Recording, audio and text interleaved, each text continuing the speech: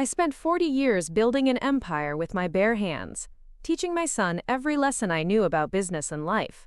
I watched him grow from a curious little boy asking endless questions to a confident man with his own vision. But the day he looked me in the eye and called me a burden, I realized he had forgotten the most important lesson of all. Never underestimate the woman who holds all the keys. What happened next would remind him exactly who was really in charge. Before we jump back in, tell us where you're tuning in from. And if this story touches you, make sure you're subscribed, because tomorrow, I've saved something extra special for you. My name is Margaret Maggie Thompson, and at 71 years old, I can tell you that some lessons in life come wrapped in the most unexpected packages. The year everything changed for me was 2023, in the heart of Cleveland, Ohio, where the winters bite deep and the people work harder than anywhere else in America. I lived in a modest two-story colonial on Maple Street, the kind of house where 3 generations of memories had been painted over but never truly covered. The walls held echoes of laughter, arguments, celebrations, and quiet Sunday mornings when the whole world seemed to pause just for us. This wasn't just where I lived. It was where I had built my life, brick by careful brick. For 4 decades, I had been more than just a resident of this neighborhood. I had been its heartbeat, its problem solver, its unofficial mayor when things got tough. Alongside my late husband Frank, I had started something that began as a simple idea scribbled on a napkin during a late-night conversation at our kitchen table. Thompson's Home Solutions, a residential contracting company that specialized in making houses into homes. Frank had the vision and the charm. He could walk into any room and make people believe that their wildest renovation dreams were not only possible but inevitable. He had this way of sketching ideas on the back of envelopes that made cramped kitchens look like magazine spreads, and tiny bathrooms feel like luxury spas. But while Frank painted pictures with his words and his pencil, I was the one who made those pictures reality. Mazria. I wasn't the face of the company in those early days. I didn't shake hands with clients or present proposals in boardrooms. Instead, I was the invisible force that held everything together. I managed the books with the precision of a Swiss watchmaker, tracking every penny that came in and every dollar that went out. I negotiated with suppliers who thought they could take advantage of a small family business, and I made sure they learned otherwise. I scheduled crews, managed permits, dealt with inspectors who had attitudes bigger than their clipboards. When the city tried to implement new building codes that would have bankrupted half the contractors in Cleveland, I was the one who organized the meetings, who spoke at city council sessions, who turned a room full of competing businesses into a unified voice. I didn't do it for recognition. I did it because it was necessary, because someone had to, because that's what you do when you care about something bigger than yourself. Frank used to joke that he was the face of Thompson's Home Solutions, but I was its backbone. He wasn't wrong. When he passed away 6 years ago, a stroke that came without warning on a Tuesday morning while he was reading the sports section, I didn't collapse. I didn't sell the business or retreat into grief. I stayed because Thompson's wasn't just Frank's dream. It was ours. Every late night we'd spent planning, every sacrifice we'd made, every celebration when we landed a big contract. It all lived in those office walls, in the company bank accounts, in the relationships we'd built with clients who trusted us with their most important investments. Our son Michael had grown up in that world. I still remembered him at 8 years old, wearing a tiny hard hat Frank had special ordered, following the crews around job sites and asking questions that made grown men smile. Why do you put that pipe there? What happens if you measure wrong? Can I use the big hammer? He absorbed everything like a sponge. The technical skills, the business discussions he overheard at dinner, the ethics Frank and I tried to model every single day. By the time Michael was in high school, he wasn't just tagging along anymore. He was working real hours, learning to operate equipment, understanding the difference between quality work and quick work. Summers meant 12-hour days on job sites, and I watched him develop the same calloused hands his father had, the same squint when examining a wall that wasn't quite straight, the same satisfaction when a project came together perfectly. After Frank died, Michael stepped up in ways that made my heart both swell with pride and ache with the recognition of how much he had to carry. He took over the day-to-day operations, managing crews, meeting with clients, handling the physical demands of the work that I could no longer manage at my age. He expanded our services, brought in new technology, developed relationships with a younger generation of homeowners who wanted different things than their parents had wanted. I was proud of him. Quietly, deeply proud. I didn't interfere with his management style, didn't question his decisions unless he asked for my input. I maintained my role as the financial backbone, managing cash flow, handling tax preparations, maintaining relationships with our long-term suppliers, dealing with insurance companies who seemed to specialize in finding reasons not to pay claims. We had an understanding, Michael and I. He ran the operations, I managed the business side, and together we kept Frank's legacy alive while building something that could outlast all of us. At least, I thought we had an understanding. The first signs that something was shifting came in small ways, the kind of changes that you might dismiss if you weren't paying attention. Michael started holding meetings with key clients that I wasn't included in. New contracts appeared on my desk for signature, but with less detailed explanations than I was accustomed to receiving. When I asked questions about certain decisions, not challenging them, just seeking to understand, I got answers that felt rehearsed, polite, but distant. The office dynamics began to change too. Employees who had worked with us for years started treating me differently. Not rudely, but with a kind of careful formality that hadn't existed before. They would stop talking when I entered a room, not because they were gossiping, but because they seemed uncertain about what information they should share with me. I felt like a guest in my own company. Michael's wife, Jennifer, started appearing at the office more frequently. She had a business degree and marketing experience, and her ideas weren't bad. She talked about rebranding, about digital marketing strategies, about appealing to millennial homeowners who made decisions differently than previous generations. But her presence coincided with my gradual exclusion from strategic conversations. I wasn't paranoid, and I wasn't threatened by change.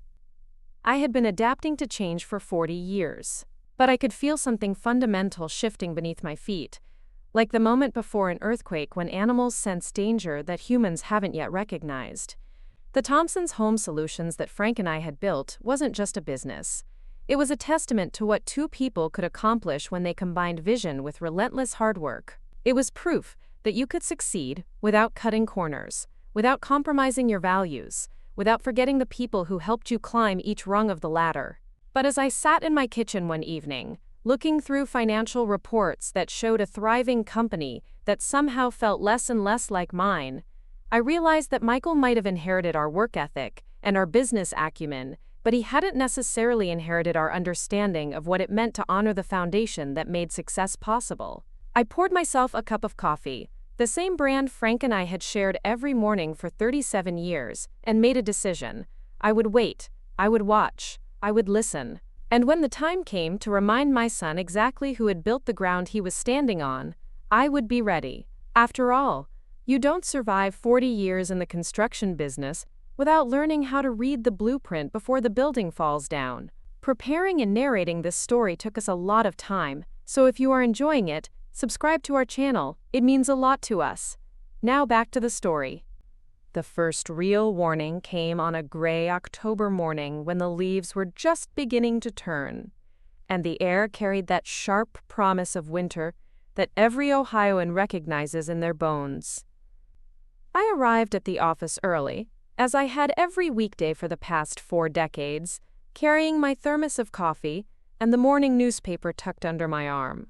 Thompson's Home Solutions occupied a converted warehouse on the east side of Cleveland, a sprawling space that Frank and I had purchased and renovated ourselves back in 1987. The main floor housed our showroom, displays of kitchen cabinets, bathroom fixtures, flooring samples, and before and after photos of our proudest projects. The second floor contained our offices, conference rooms, and the drafting area, where our designers worked their magic on architectural plans. But that morning, something was different. As I climbed the stairs to my office, I noticed voices coming from the main conference room.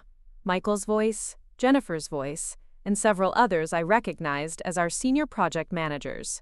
They were having what was clearly an important meeting, and I hadn't been invited. I paused at the top of the stairs, not to eavesdrop, but because confusion rooted me in place. In 40 years, I had never been excluded from a senior staff meeting.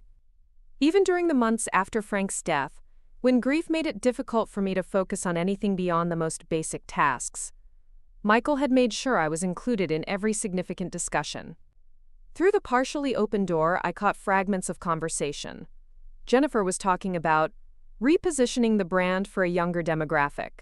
Michael was discussing operational efficiency and streamlining decision-making processes. One of the project managers mentioned something about updating our corporate structure to reflect current leadership realities. I stood there for perhaps 30 seconds, processing what I was hearing, before continuing to my office. I unlocked the door, hung my coat on the wooden rack Frank had built when we first moved into this space, and settled at my desk with a growing sense of unease. 20 minutes later, Michael appeared in my doorway. He was wearing a new suit.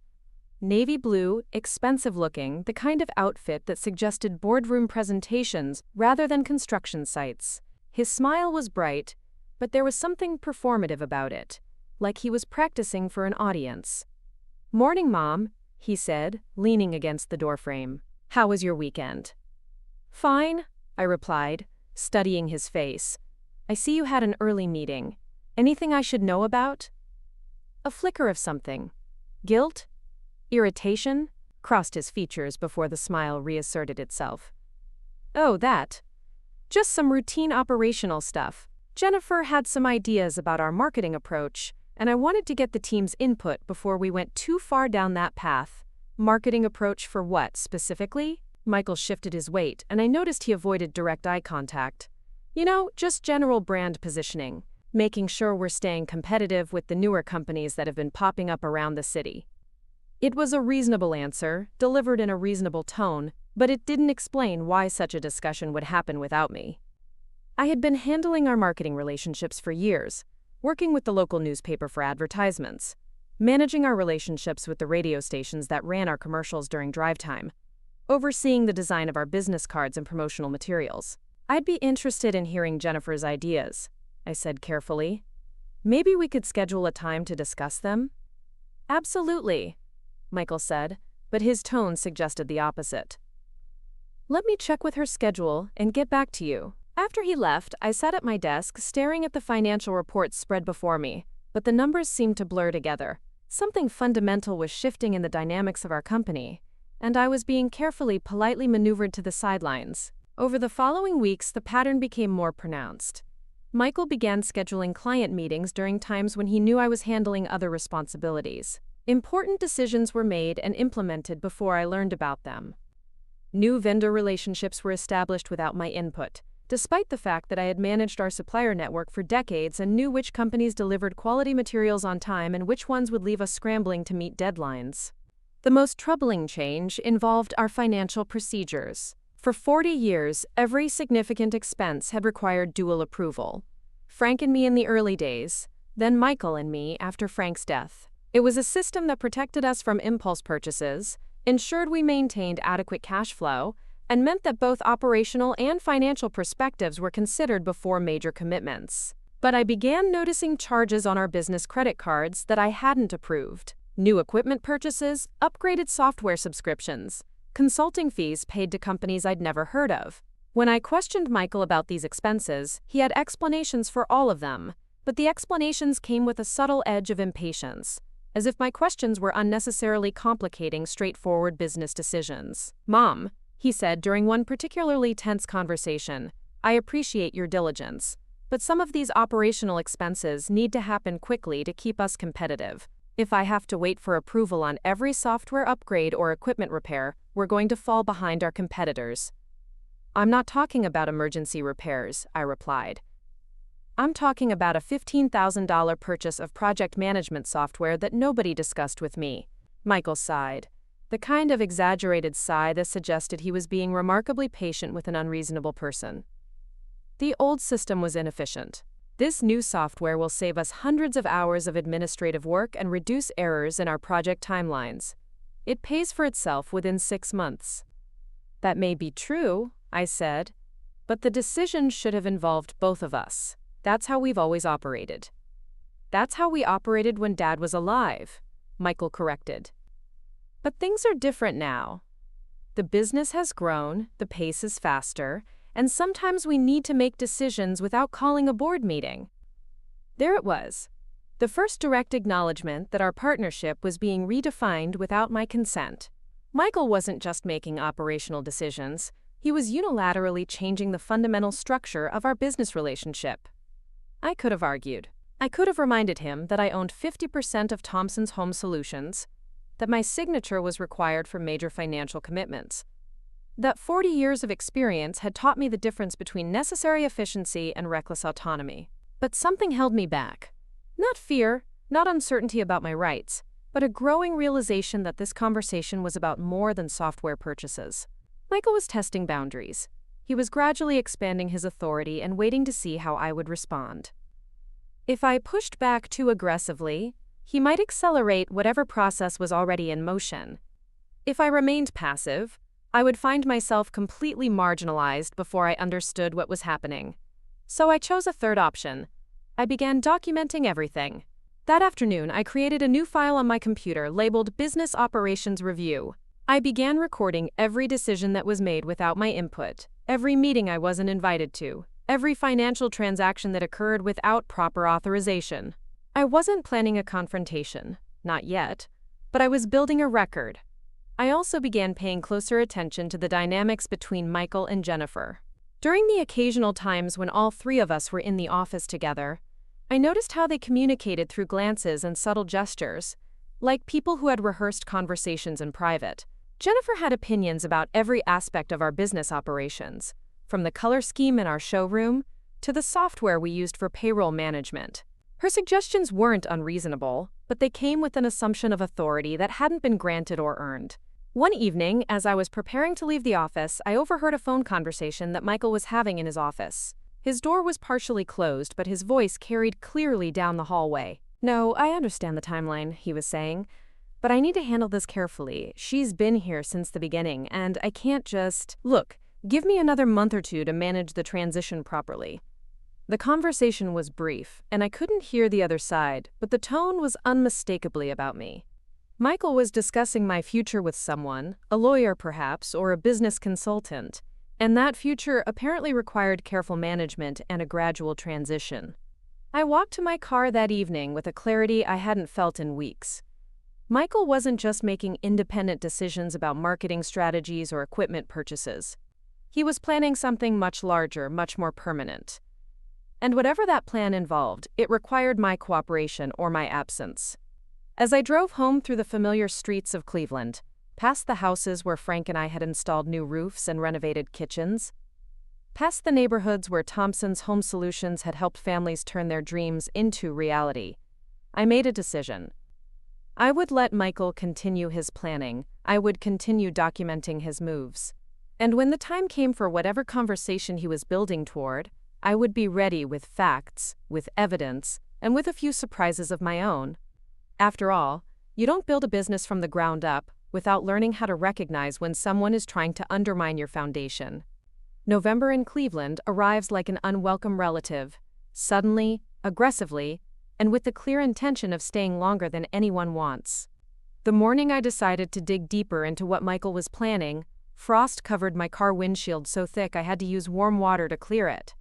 As I waited for the defroster to work, I realized the cold outside was nothing compared to the chill that had settled over my relationship with my son. For 3 weeks, I had been quietly building my file of irregularities and exclusions. What started as a simple documentation effort had evolved into something more systematic, more thorough. I began arriving at the office earlier and staying later, not because the work required it, but because I needed uninterrupted time to investigate what was happening to my own company. The financial records told the most revealing story.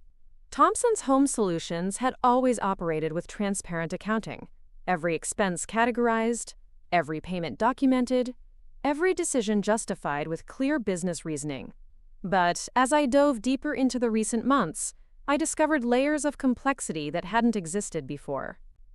Michael had opened 3 new business credit card accounts without informing me.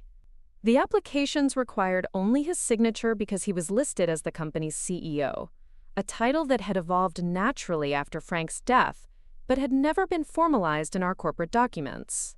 These cards were being used for expenses that fell just below our established threshold for requiring dual approval minus $4,800 for new computer equipment, $3,200 for professional development seminars, $2,900 for upgraded insurance coverage.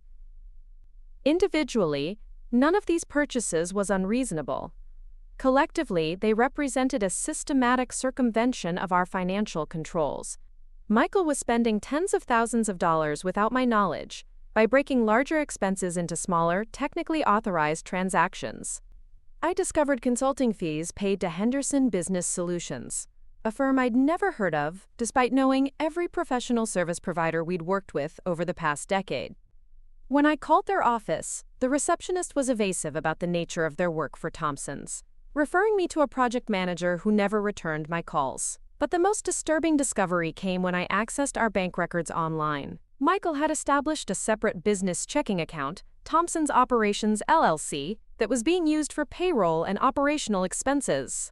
Money was being transferred from our primary account to this secondary account, in amounts that suggested Michael was essentially running a parallel financial structure. I printed everything: bank statements, credit card bills, vendor contracts, insurance modifications. I organized it all chronologically, highlighting discrepancies and unexplained transactions.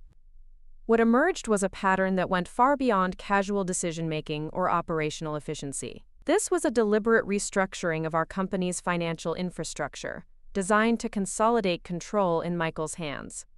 On a particularly gray Thursday morning, I decided to visit our job sites unannounced. For 40 years, I had made regular visits to active projects, partly to ensure quality control, partly to maintain relationships with our crews, and partly because I genuinely enjoyed seeing our work transform people's homes.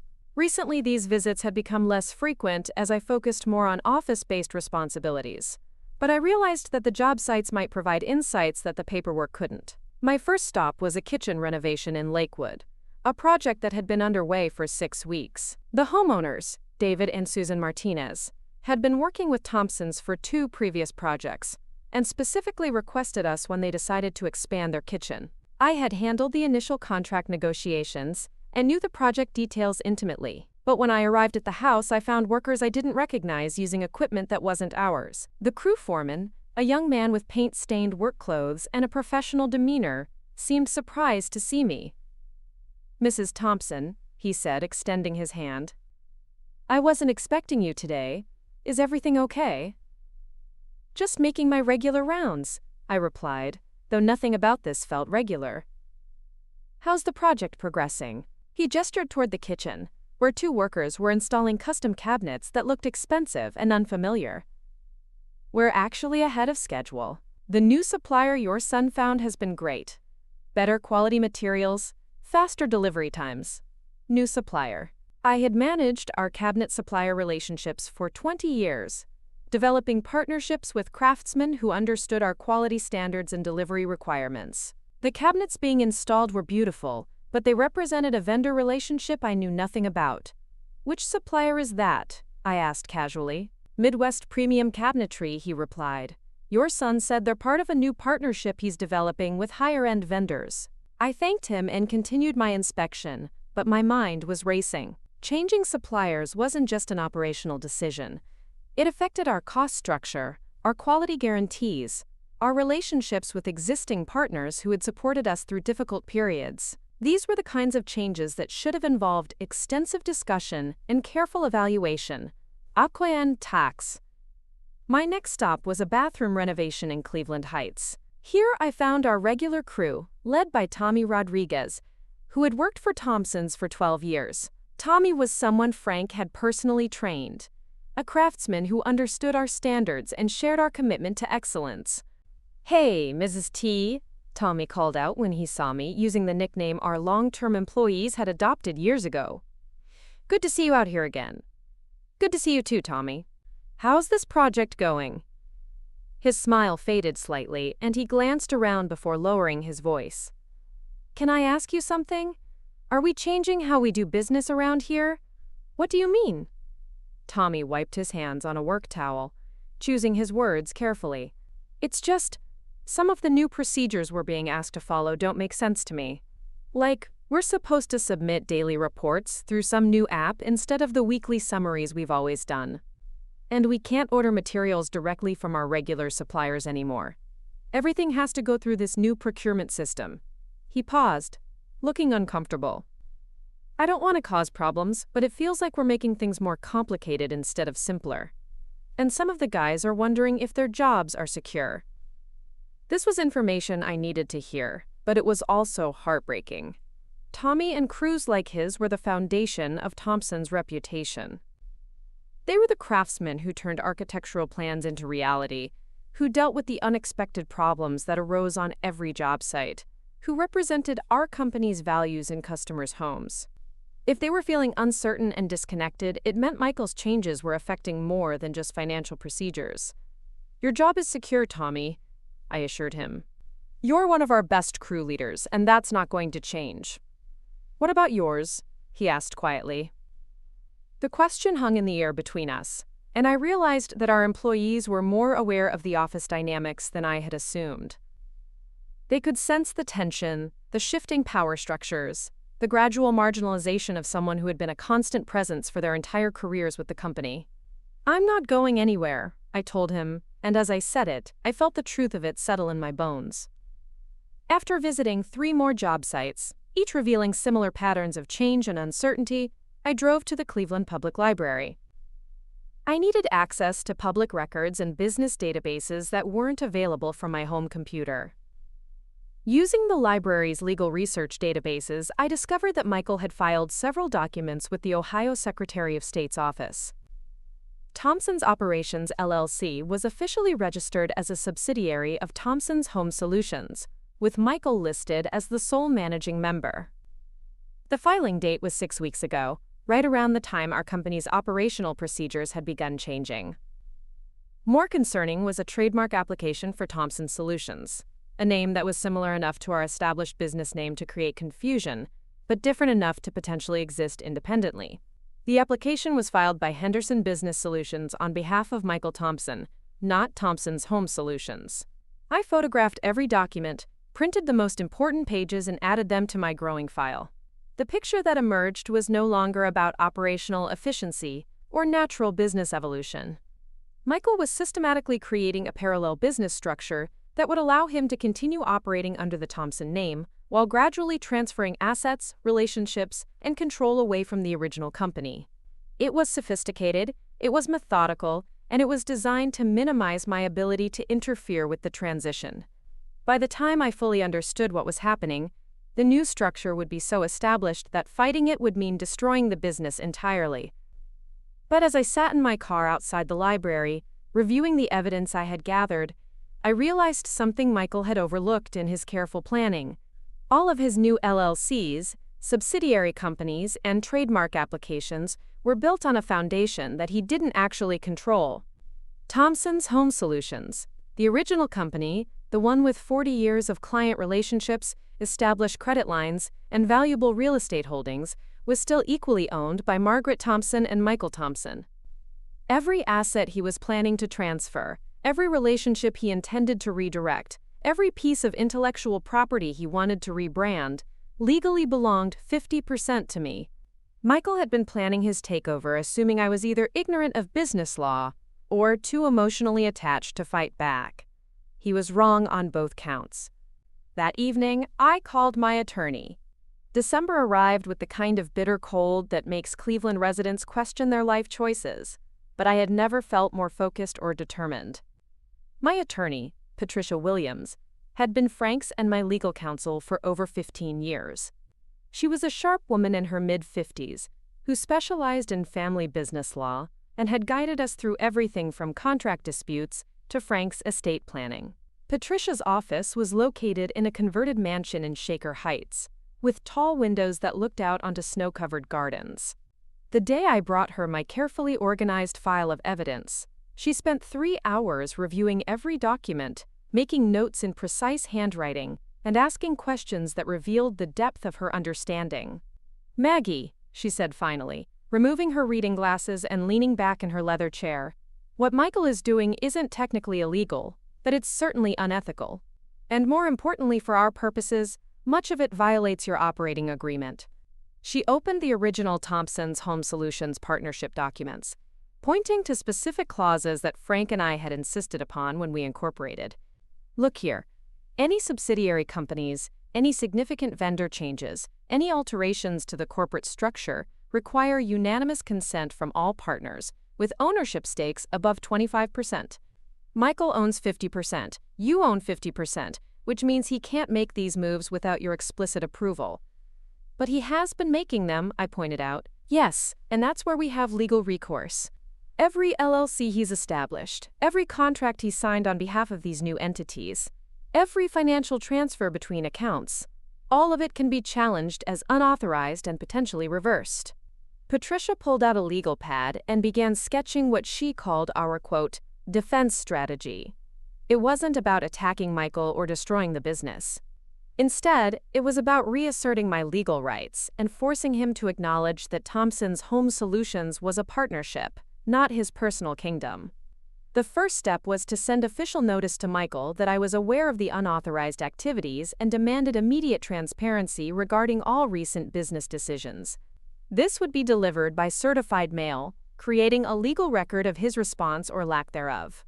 The second step was to freeze any further unauthorized transactions by notifying our banks and major vendors that any agreements made without dual approval were potentially invalid.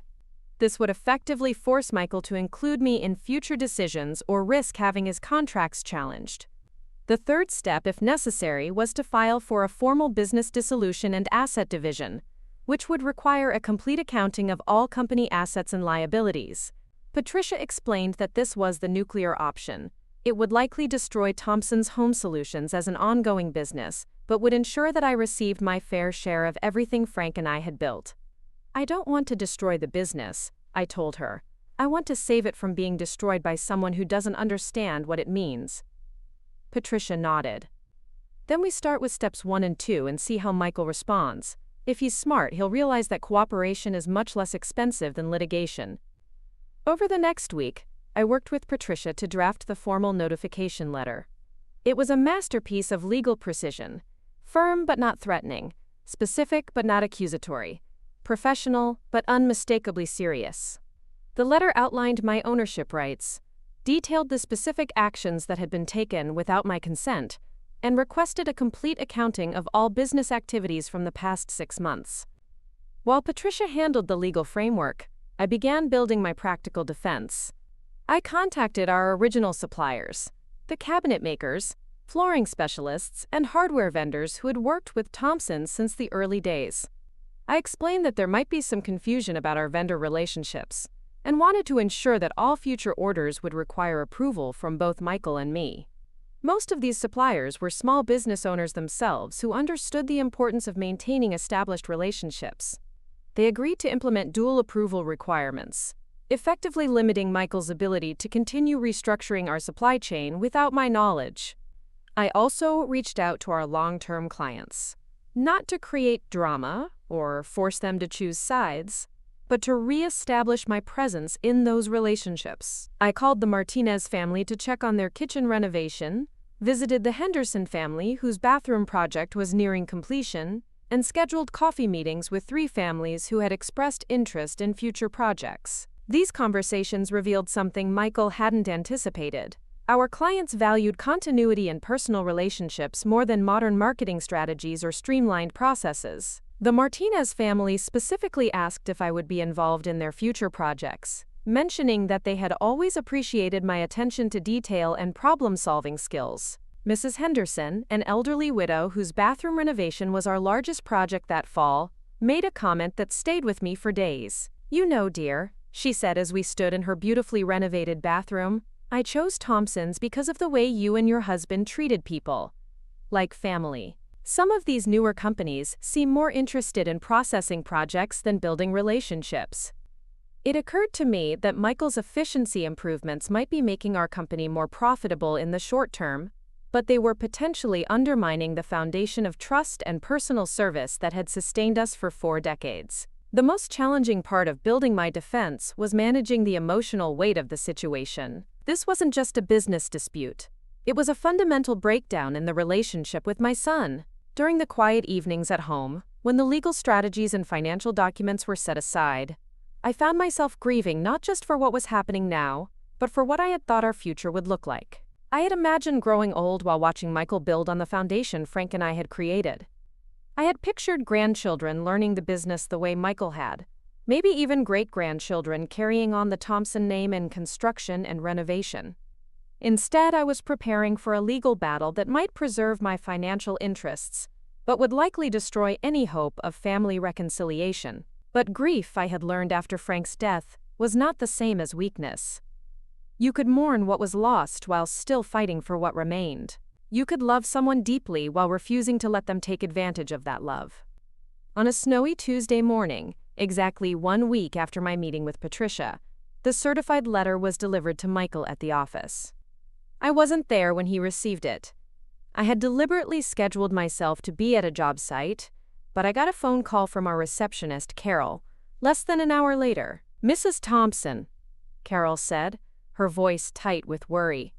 "Mr. Michael asked me to call you. He wants to see you in his office as soon as possible." He seemed upset. I thanked Carol and told her I would be there within the hour. As I drove back to the office through the falling snow, I felt a mixture of anxiety and anticipation. The conversation I had been both dreading and preparing for was finally about to happen. When I arrived at the office, the atmosphere was noticeably tense. Carol avoided eye contact, 2 of our project managers found urgent reasons to leave the building, and I could hear Michael's voice through his closed office door, though I couldn't make out the words. I knocked on his door and entered when he called out. Michael was sitting behind his desk, Patricia's letter spread out in front of him, his face flushed with what appeared to be anger and embarrassment. Jennifer sat in one of the chairs across from his desk, her expression carefully neutral but her posture rigid. "We need to talk," Michael said without preamble. "Yes," I agreed, settling into the remaining chair. "We do." For a long moment, none of us spoke. The letter lay between us like evidence at a crime scene, its legal language stark and uncompromising in the afternoon light filtering through the office windows. Finally, Michael broke the silence. "I don't understand why you felt the need to involve lawyers. If you had concerns about how I was running things, you could have just talked to me." "I tried talking to you," I replied calmly. "Multiple times. You had explanations for everything, but the explanations didn't match the reality of what was happening." "What reality?" Jennifer interjected. "Michael has been working 18-hour days to grow this business, to modernize our operations, to secure our future. Every decision he's made has been in the best interest of the company." I looked at Jennifer, this woman who had been part of our family for 8 years but had never truly understood what Thompson's Home Solutions meant to Frank and me. "The best interest according to whom?" I asked. "And decided by whom?"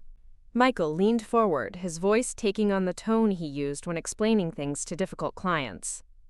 "Mom, the business world has changed. We can't operate the same way we did 20 years ago. We need to be more agile, more responsive, more professional." "More professional than what, Michael?" "Than the way your father and I built this company from nothing? Than the relationships we've maintained for decades? Than the reputation we've earned by treating people fairly and doing quality work?" The question hung in the air, and I watched my son's face as he processed what I was really asking. This wasn't about operational efficiency or modern business practices. This was about respect. Respect for the foundation he was standing on, respect for the partners who had made his success possible, respect for the values that had made Thompson's Home Solutions more than just another contracting company. When he didn't answer, I knew that everything I had discovered, everything I had documented, and everything I had prepared for was about to become necessary. The silence in Michael's office stretched for what felt like hours but was probably only 30 seconds. Outside, the December wind rattled the windows of our converted warehouse, and I could hear the distant sound of hammering from one of our workshop areas where craftsmen were building custom shelving units. Normal sounds of a normal workday, while inside this room, everything that had seemed normal was about to shatter. Michael picked up Patricia's letter, holding it like it was contaminated. "This is really how you want to handle this? Threatening legal action against your own son?" "I'm not threatening anything," I replied evenly. I'm simply asserting my legal rights as a 50% owner of this company. Rights that you've been systematically ignoring for months." Jennifer shifted in her chair, and I caught her exchanging a quick glance with Michael.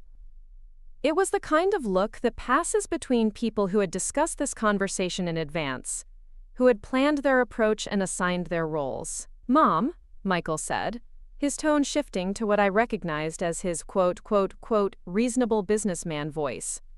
"Maybe we've been moving too fast with some changes, but everything I've done has been to protect the business, to ensure it survives in a competitive market." "Protect it from what?" "From becoming obsolete," Jennifer answered before Michael could respond. "The construction industry is changing rapidly. Digital marketing, streamlined operations, automated systems. Companies that don't adapt get left behind." I turned to face Jennifer directly. "And you believe that adaptation requires excluding the person who's managed the financial side of this business for 40 years? "Not excluding," she said carefully. "Transitioning. There comes a time in every family business when the older generation needs to step back and let the younger generation take the lead." There it was, the script they had rehearsed, the narrative they had constructed to justify what they were doing. I was the older generation, outdated and resistant to change. Michael was the younger generation, dynamic and forward-thinking. My exclusion wasn't disrespectful, it was natural evolution. "Let me ask you something, Jennifer," I said. "How much do you know about Thompson's Home Solutions before you married into this family?" She looked puzzled by the question. "I know you and Frank built a successful business. Do you know that we started in the basement of our house with a used pickup truck and $800 in savings? Do you know that for the first 3 years we didn't take salaries because every penny went back into equipment and materials? Do you know that when the recession hit in 2008, we kept all our employees on payroll, even though we had to take a second mortgage on our home to make ends meet?" Jennifer's expression had grown uncomfortable, but I continued. "Do you know that Frank and I spent 4 months sleeping on air mattresses in this warehouse while we renovated it, because we couldn't afford to pay rent on both a business space and our house? Do you know that I personally drove to every supplier in Northeast Ohio to negotiate payment terms that would let us compete with larger companies?" "Mom," Michael interrupted, "I know the history, I lived through most of it." "Then you know that this business wasn't built by adapting to market trends or following industry best practices. It was built by 2 people who were willing to sacrifice everything for something they believed in. And what they believed in wasn't profit margins or operational efficiency. They believed in doing work they could be proud of, treating people fairly, and building something that would last." I reached into my folder and pulled out a document that I had saved for this moment.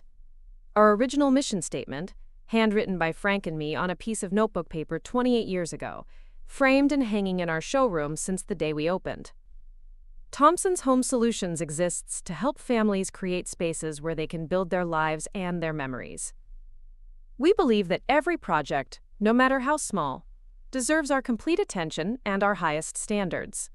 We promise to treat every home as if it were our own and every client as if they were family. I set the framed statement on Michael's desk. "That's not a business plan. That's a covenant. A promise that your father and I made to this community and to each other. And every decision you've made in the past 6 months has moved us further away from that promise." Michael stared at the mission statement, and for a moment, I saw something flicker in his eyes. Recognition, maybe, or regret. But Jennifer leaned forward, her voice sharp with impatience. "That's a beautiful sentiment, but sentiment doesn't pay the bills. The market doesn't care about your promises or your history. It cares about results, efficiency, and competitive pricing." "You're wrong," I said simply. "The market, at least our market, cares about trust. And trust is built over decades, through consistent behavior, through keeping promises, through showing up when things get difficult." I pulled out another set of documents from my folder. These are letters from clients, written over the past 2 years. Mrs. Chen, thanking us for completing her kitchen renovation 2 days early so her daughter's wedding reception could be held at home as planned. Mr. Johnson, expressing gratitude for the way we handled a plumbing emergency that flooded his basement, even though it wasn't our fault. The Rodriguez family recommending us to 6 other families because of how we worked around their elderly father's medical equipment during his bedroom renovation. I spread the letters across Michael's desk. These aren't just testimonials. They're proof that our business model works, that our values create value. Every one of these families has hired us for additional projects or referred us to their friends and neighbors. Michael picked up one of the letters, reading it silently. His jaw was clenched, and I could see the tension in his shoulders. "I'm not trying to destroy what you and Dad built," he said finally. "I'm trying to build on it. By cutting me out of decision-making? By creating subsidiary companies without my knowledge? By changing vendor relationships that took decades to develop? By modernizing operations that were holding us back?" Michael's voice rose for the first time. "Mom, you handle client communications through handwritten notes and phone calls. You track project timelines on paper calendars. You negotiate contracts in person instead of through email. It works, but it's not scalable." Scalable to what? Michael and Jennifer exchanged another look, and I realized they were about to reveal something they hadn't planned to discuss today. "We've been approached by Midwest Regional Construction," Jennifer said. "They're interested in acquiring Thompson's Home Solutions as part of their expansion into residential contracting." The room seemed to tilt slightly. Midwest Regional was a massive commercial construction company based in Columbus, known for building shopping centers and office complexes. They were everything that Thompson's was not: large, impersonal, focused on volume over craftsmanship. "They're offering terms that would make us all financially secure for life," Michael continued. "But they want a company with modern systems, streamlined operations, and centralized management. They want Thompson's reputation and client base, but they need an organization that can integrate with their corporate structure." Now I understood. The subsidiary companies, the operational changes, the gradual exclusion. It had all been preparation for selling the business. Michael wasn't trying to push me out because he didn't value my contributions.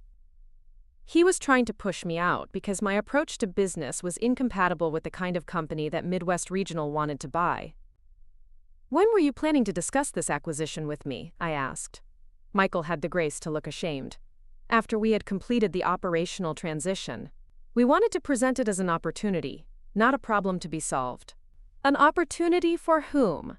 You've restructured everything to position yourself as the sole decision-maker.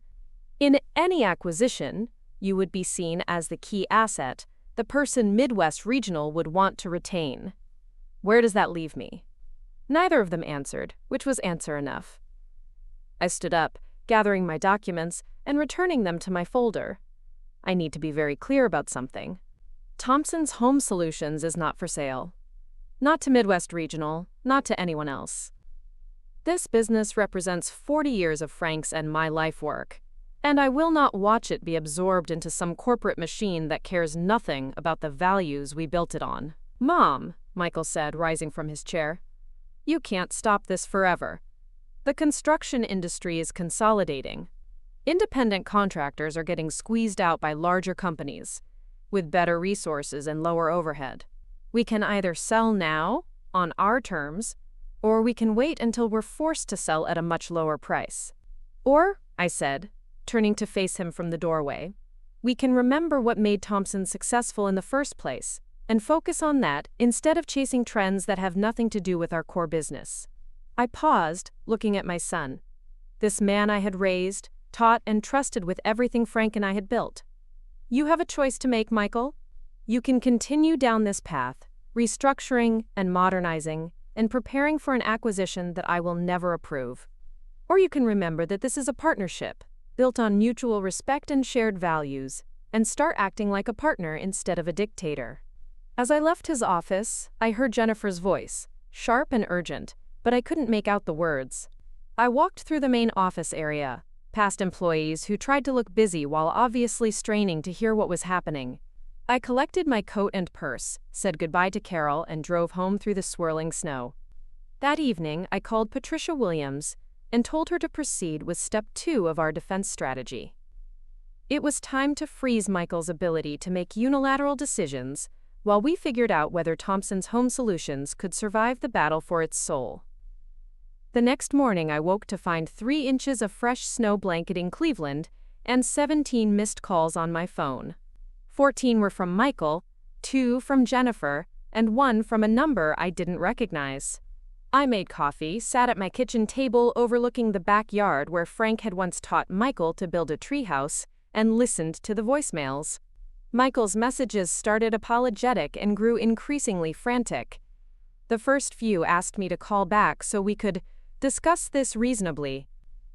By the 7th message, his tone had shifted to frustration.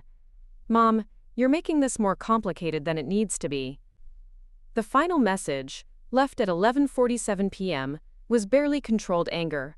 "I don't understand why you're trying to destroy everything we've worked for." Jennifer's messages were more calculated.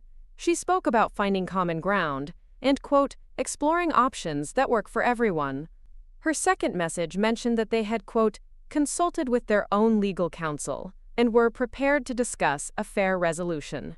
The unknown number belonged to someone named Richard Hendricks from Midwest Regional Construction. His message was brief and professional. He understood there might be some family considerations regarding the acquisition discussion, and he would appreciate an opportunity to speak with me directly about their proposal. I deleted all the messages without returning any of the calls. Instead, I spent the morning implementing the second phase of Patricia's strategy. I called our primary bank, KeyBank, where Thompson's had maintained accounts for over 20 years. I spoke with our business banking manager, Susan Walsh, explaining that there were some authorization disputes within our company and requesting that all future transactions above $1,000 require dual signatures from both company owners. Susan was professional but clearly uncomfortable with the request. "Mrs. Thompson, this kind of restriction could significantly impact your day-to-day operations. Are you sure this is necessary?" "I'm sure," I replied, "and I'll be sending you documentation of my authorization to implement this requirement." Next, I contacted our insurance provider, our primary equipment lease company, and our 3 largest material suppliers. To each, I explained that Thompson's Home Solutions was updating its authorization procedures, and that any modifications to existing agreements would require written approval from both Margaret Thompson and Michael Thompson. The responses varied. Some vendors were accommodating, viewing it as a reasonable safeguard. Others seemed confused about why such restrictions were suddenly necessary. A few asked pointed questions about whether Thompson's was experiencing, quote, internal difficulties. By noon, I had effectively created a legal and financial firewall around the core assets of Thompson's Home Solutions. Michael could continue operating the day-to-day business, but he couldn't make any significant changes without my explicit consent. My phone rang constantly throughout these calls. Michael's number appeared on my caller ID every 15 or 20 minutes, but I let each call go to voicemail. I wasn't avoiding him out of spite or stubbornness. I was buying time to ensure that when our next conversation happened, it would be on equal terms. Around 2 p.m., my doorbell rang. Through the front window, I could see Michael standing on my porch, looking tired and agitated. He was wearing the same clothes from yesterday, suggesting he hadn't slept much. I let him ring 3 more times before answering the door. "We need to talk," he said without preamble. "Yes, we do. Come in." Michael followed me to the living room, where I had arranged my research documents on the coffee table like evidence in a courtroom. He glanced at the papers but didn't sit down, instead pacing near the fireplace, where dozens of family photos chronicled his childhood and our family's history with the business. "What you did today is going to paralyze our operations," he said. 3 clients have already called asking why their change orders are being held up. Our suppliers are confused about authorization procedures. Susan Walsh from the bank called me personally to ask if Thompson's is in some kind of financial trouble. Thompson's isn't exactly the kind of trouble that dual authorization requirements are designed to prevent, I replied calmly. One partner making unilateral decisions that affect the entire company. Michael stopped pacing and faced me directly. I am not just one partner. I'm the person who's been running this company for 6 years, who's grown our revenue by 40%, who's maintained our reputation while you've been. He stopped himself, but not quickly enough. While I've been what, Michael? Well, you've been holding on to the past, he finished quietly. Is that what you think I've been doing? Holding on to the past? Michael sat down across from me, his shoulders sagging with exhaustion. Mom, I love you. I respect everything you and Dad built. But the business world has changed, and Thompson's needs to change with it or will be left behind. I picked up one of the documents from the coffee table, a financial analysis I had completed the previous evening. Our revenue has grown by 40% over 6 years. That sounds impressive until you realize that our profit margins have actually decreased during the same period. We're making more money but keeping less of it. Michael looked surprised. That's not. I mean, there are factors. The factors are that you've been prioritizing growth over efficiency. You've hired more employees than we need, invested in equipment we don't fully utilize, and taken on projects that sound prestigious but aren't particularly profitable. I pulled out another document. This is a breakdown of our project costs over the past 3 years. Our materials costs have increased by 60%, not because prices have gone up, but because we're using more expensive suppliers and specifications than necessary for most of our jobs. Those suppliers provide better quality and faster delivery times, Michael protested. For some jobs, yes. But we're using premium materials and premium pricing for every project, regardless of whether the client needs or wants that level of specification. We're pricing ourselves out of the market that built this business. Michael stared at the financial documents, and I could see him processing information he either hadn't considered or had chosen to ignore. The Midwest Regional acquisition would solve all of these problems. They have economies of scale, established supplier relationships, proven systems, and they would turn Thompson's Home Solutions into Thompson's division of Midwest Regional Construction. We would become a subsidiary focused on residential projects while they handle the larger commercial work. Our employees would become their employees. Our clients would become their clients, and our 40 years of reputation and relationships would become their assets. But we would be financially secure, Michael said. You could retire comfortably, I could continue running operations without worrying about cash flow or competition, and the Thompson name would continue in the construction industry. I leaned forward, looking directly into the eyes of the little boy who used to sit on Frank's lap while he explained blueprints, who used to follow me around job sites asking endless questions about why we did things the way we did. Michael, do you remember why your father and I started this business? To make a living doing something you were good at? No. We started this business because Frank was tired of working for contractors who cut corners, who treated clients poorly, who valued speed over quality. We started Thompson's because we believed we could do better, not just technically, but ethically. I gestured toward the family photos on the mantel. Every one of those pictures tells the story of a choice we made to prioritize our values over easier alternatives. The photo of you at age 10, covered in sawdust because you insisted on helping Frank build Mrs. Patterson's front porch by hand instead of using prefabricated components. The picture of our first Christmas party, where we invited all our employees and their families because we believed that work should strengthen relationships, not replace them. Michael followed my gaze to the photos, and I saw his expression soften slightly. The Midwest Regional acquisition isn't about financial security or business growth, I continued.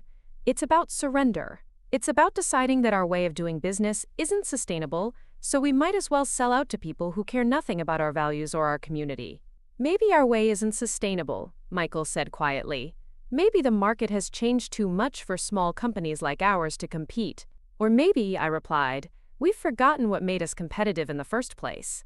I stood up and walked to the window, looking out at the snow-covered street where Frank and I had lived for 35 years, where Michael had learned to ride his bike, where neighbors still waved when they drove past because relationships mattered more than efficiency.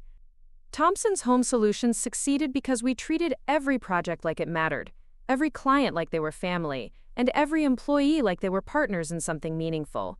Those aren't outdated values, Michael. They're timeless values that create timeless businesses. When I turned back to face him, Michael was holding one of the family photos. The picture of him and Frank working together on a custom bookshelf for the Cleveland Public Library's children's section, a project we had donated our time to complete. I don't want to sell to Midwest Regional, he said finally. But I don't know how to compete with companies that have advantages we don't have. Then let's figure it out together, I replied. As partners. as equals, the way your father and I always did. For the first time in months, I saw something in Michael's eyes that looked like hope, mixed with uncertainty. The chess game we had been playing was reaching a critical point, and both of us were finally ready to consider that there might be a way for both sides to win. The following Monday morning arrived with crystalline clarity. One of those bright winter days when the snow sparkled like diamonds and the air was so crisp it made your lungs ache. I arrived at the office early, carrying a leather portfolio that had belonged to Frank and a determination that had been building for weeks. Michael was already there, standing in the main showroom area talking quietly with Tommy Rodriguez and 2 other crew leaders. When he saw me, he excused himself from the conversation and walked over. "I've been thinking about what you said," he began, but I held up my hand. "Before we talk about the future, we need to deal with the present. I've discovered something that changes everything." I led him to the conference room, the same space where I had been excluded from meetings just weeks earlier. Spread across the table were documents I had spent the weekend organizing, not the operational papers we had argued about, but older documents from our safe deposit box and archived files that I hadn't examined in years. "What is this?" Michael asked, settling into a chair across from me. "This is the real story of Thompson's Home Solutions," I replied, opening the portfolio. "And it's a story that you've never heard completely." I pulled out the first document, a faded bank statement from March 1985. This is from our 3rd year in business. Frank and I had taken on a large residential development project, 24 houses that would keep us busy for 8 months. The developer promised payment in stages, and we borrowed heavily to cover materials and labor costs. Michael leaned forward, studying the numbers.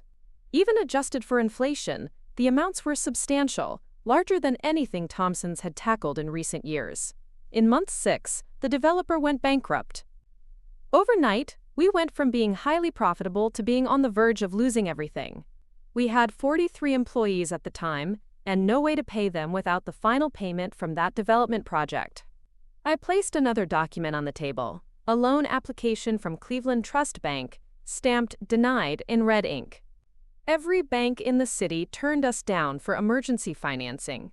We were overextended, inexperienced, and represented exactly the kind of risk that banks avoid. Frank and I had 2 choices: declare bankruptcy and start over, or find another way to keep the business alive. Michael was quiet, absorbing information that I realized he had never known. I had shared many stories about the early days of Thompson's, but this particular crisis had always seemed too frightening to discuss with our son. "What did you do?" I pulled out a thick folder labeled Investor Agreements and opened it to reveal documents I hadn't looked at in over 20 years. "We found a private investor. Someone willing to provide emergency funding in exchange for a significant stake in the company." Michael's eyes widened as he read the first page of the agreement. 40%? You gave away 40% of the company? "We didn't give it away, we sold it. For enough money to pay our employees, complete the development project with our own funds, and establish a reserve fund that would prevent us from ever being that vulnerable again." "Who was the investor?" I turned the page to reveal a signature that made Michael's face go pale. "Margaret Thompson." "You?" he said, his voice barely audible. "You were the investor?" I had a trust fund from my grandmother, money I had never touched, never even told Frank about until we were desperate. I used that money to buy 40% of Thompson's Home Solutions from Frank and myself, essentially loaning the company money that belonged to me personally. Michael stared at the documents, trying to process what this meant. "So you owned 60% of the company? Not 50? "For 17 years, yes. Frank owned 50%. I owned 60% through my combined personal and investment stakes. We never discussed it because it didn't matter for day-to-day operations.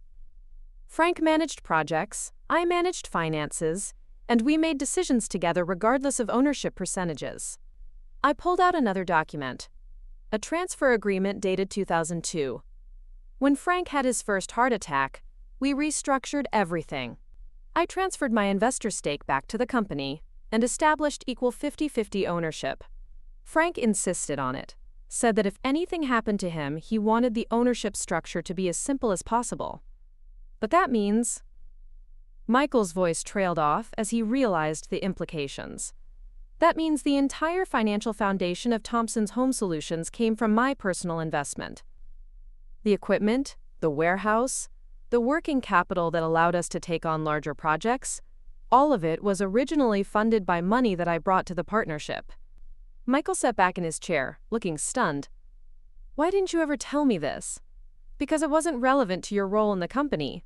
You were learning the business, contributing your own skills and efforts. The source of our original capital was ancient history. I placed one final document on the table. A letter from our accountant, dated just 6 months ago. But it became relevant when you started treating me like a passive partner who could be marginalized or bought out. This letter confirms that my original investment, adjusted for inflation and compound interest, would be worth approximately $2.8 million today. Michael stared at the letter, and I could see him calculating what this meant for our current situation.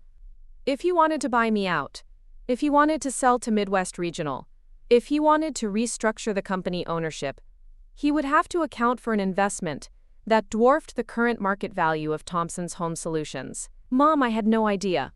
Of course you didn't, because I never held it over your father's head. Never used it as leverage in business decisions. Never treated my financial contribution as more important than his operational expertise. That's what partnership means, Michael. It means that each person brings their strengths to the table and both people benefit from the result. I began gathering the documents, returning them to the portfolio in careful order. When you started excluding me from decisions, when you began treating my concerns as obstacles to overcome, when you talked about me as a burden to be managed, you weren't just disrespecting your business partner. You were disrespecting the person whose investment made your entire career possible. Michael rubbed his face with both hands, and when he looked up, his eyes were filled with something I hadn't seen there in months. Genuine remorse mixed with understanding. The Midwest Regional acquisition, he said slowly. They're offering $3.2 million for the entire company. Which sounds generous until you realize that my original investment alone is worth $2.8 million, before accounting for 40 years of business growth, property appreciation, or operational improvements. They're trying to buy us for less than the value of your initial stake. Exactly. And they're assuming that Thompson's is a struggling small business that needs their resources to survive, when the reality is that we have a stronger financial foundation than most companies twice our size. Michael stood up and walked to the window overlooking our workshop area, where 3 craftsmen were carefully assembling a custom kitchen island. For several minutes he watched them work, measuring, adjusting, checking each detail against the architectural plans. Jennifer doesn't know about any of this, he said finally. I assumed she didn't. Her business strategy has been based on incomplete information. She's going to be furious that we've been turning down a $3.2 million offer when the company is actually worth much more than that. Jennifer's fury is not my primary concern right now. Michael turned back to face me. What is your primary concern? I stood up and joined him at the window, watching our employees practice the kind of careful craftsmanship that had built Thompson's reputation. My primary concern is whether you want to be my partner or my replacement. Because those are the only 2 options available. What do you mean? I mean that we can rebuild Thompson's Home Solutions as a true partnership, with both of us contributing our strengths and sharing decision-making responsibilities. Or you can buy out my stake for its fair market value and run the company however you choose. Michael was quiet for a long moment. How much would a buyout cost? I pulled a folded paper from my jacket pocket, an appraisal I had commissioned from a business valuation firm over the weekend. Based on our assets, revenue history, market position, and growth potential, Thompson's Home Solutions is worth approximately $4.7 million. My 50% stake would be $2.35 million, plus the adjusted value of my original investment. Michael looked at the appraisal figure and let out a low whistle. $5 million for a buyout. Or we can continue as partners and build something worth even more. Together. Together. The way your father and I always did. The way successful partnerships are supposed to work. Michael extended his hand toward me, and for a moment, I saw the little boy who used to shake hands with Frank after completing a project together. Partners, he said. I shook his hand, feeling 40 years of history and hope flow between us. Partners. 6 months later, I stood in the newly renovated conference room of Thomson's Home Solutions, watching the spring sunshine stream through windows that Michael and I had personally installed the week before. The room looked different now, not because we had changed the furniture or repainted the walls, but because the energy inside it had fundamentally shifted. The morning's agenda was spread across the polished oak table that Frank had built in 1994, back when we thought a custom conference table was an extravagant luxury. Today's meeting would include Michael, myself, Tommy Rodriguez, now promoted to operations manager, Sarah Chen, our new digital marketing coordinator, and James Patterson, son of Mrs. Patterson, whose porch we had built by hand 15 years earlier. James had just graduated with a business degree and was joining Thomson's as our strategic planning associate. But before our team arrived, Michael and I had 30 minutes to review the quarterly numbers, a ritual we had established as part of our renewed partnership agreement. Profit margins are up 18% from last quarter, Michael said, sliding a financial summary across the table. The efficiency improvements we implemented are working, but we're maintaining our quality standards. I studied the numbers, noting not just the bottom line but the details that told the real story. Materials costs are down 12% because we're matching specifications to actual client needs instead of defaulting to premium options. And client satisfaction scores are the highest they've been in 3 years, Michael added. Turns out that charging people fairly for exactly what they want makes them happier than charging them premium prices for things they don't need. The past 6 months had been a masterclass in what genuine partnership could accomplish. After our reconciliation, Michael and I had spent 2 weeks conducting what we called the Great Assessment, a comprehensive review of every aspect of Thomson's operations, from vendor relationships to project management systems to employee satisfaction.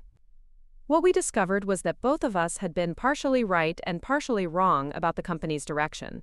Michael's instincts about modernization were correct. Thomson's needed updated systems, better technology, and more efficient processes.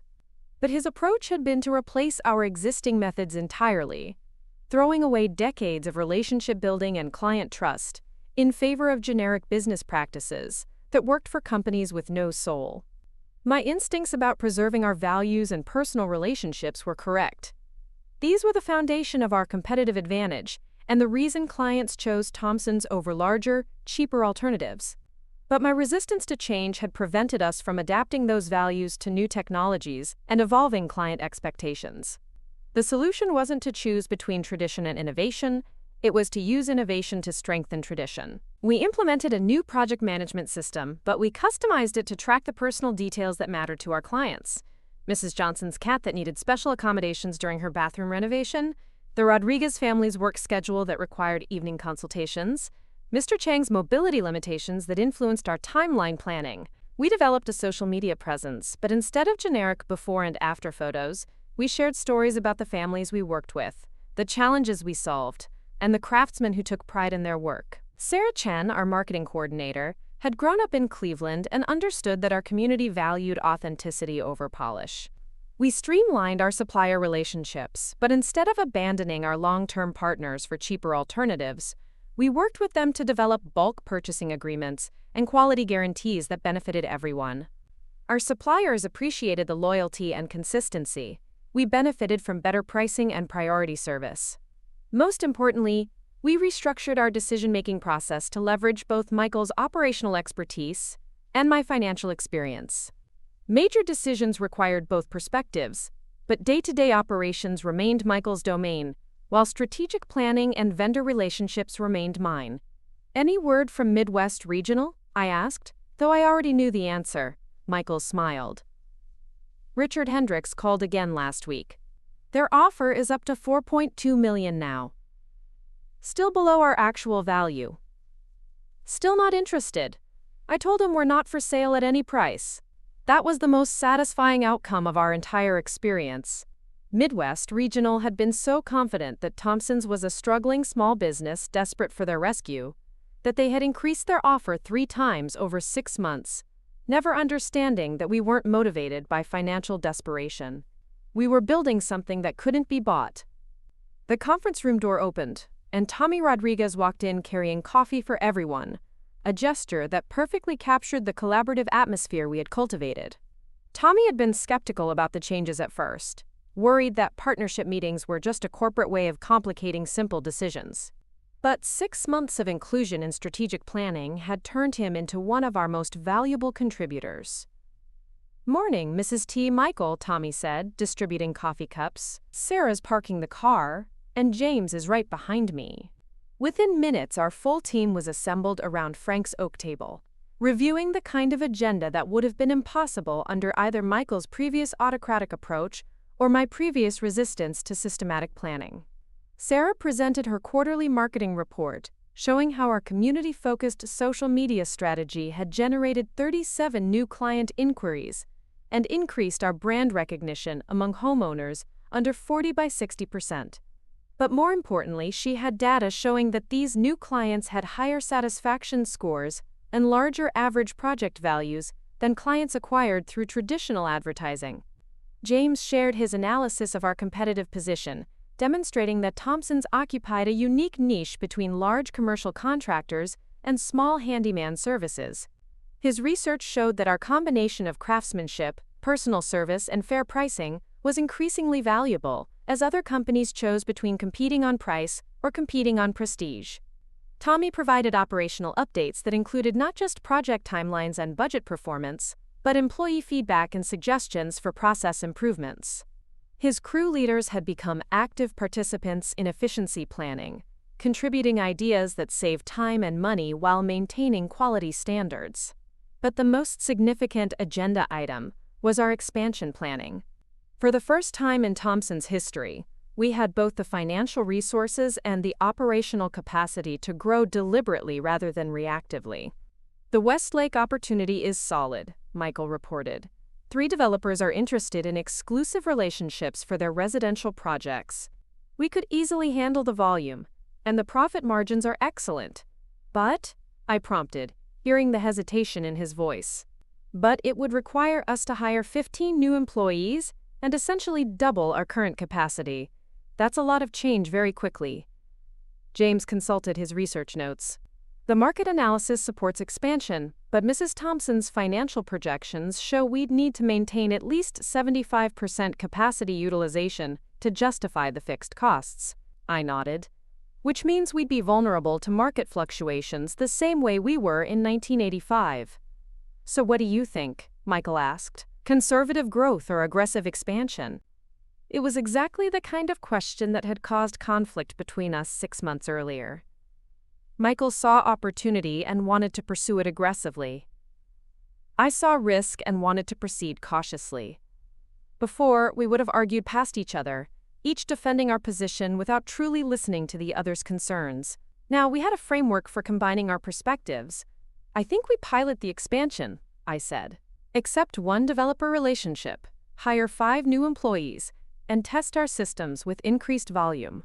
If we can maintain our quality standards and profit margins with 30% growth, then we consider the larger expansion." Michael smiled. "Aggressive enough to capture the opportunity, conservative enough to maintain our foundation." "Exactly." Tommy raised his hand.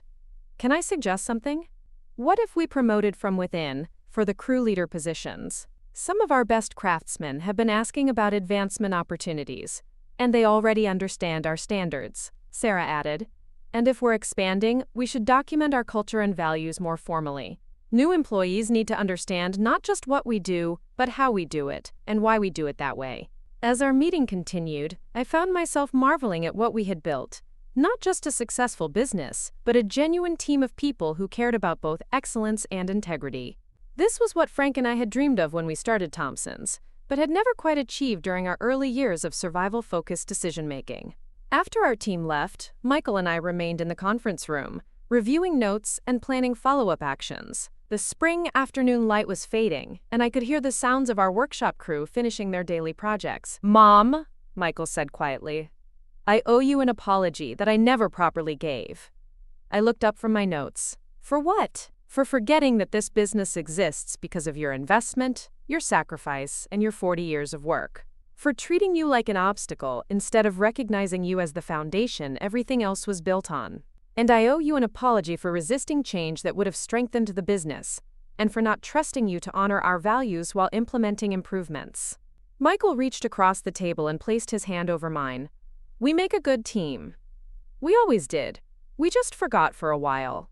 As we gathered our materials and prepared to leave, I thought about the story I would tell if someone asked me about the year everything almost fell apart and then came back together stronger than before.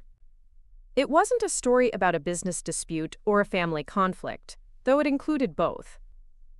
It was a story about remembering that the best foundations are built by people who trust each other enough to be honest about their strengths and their limitations. Outside, the Cleveland evening was crisp and clear, with the kind of sky that promised good weather for construction projects. Tomorrow, Thompson's Home Solutions would continue the work of helping families build spaces where they could create their lives and their memories. We would do it with better systems, stronger relationships, and a partnership that had been tested and proven. And somewhere in that tomorrow, there might be another family starting their own business, making their own mistakes, learning their own lessons about the difference between building something that lasts and building something that simply survives. The foundation we had rebuilt would be ready to teach them, the way every good foundation should, by example, with integrity, and with the quiet confidence that comes from knowing exactly who you are and what you stand for. Frank would have been proud. I knew that with the same certainty I knew my own name, and for the first time in months, that certainty felt like enough. Up next, you've got 2 more standout stories right on your screen. If this one hits the mark, you won't want to pass these up. Just click and check them out. And don't forget to like, subscribe, and turn on the notification bell so you don't miss any upload from us.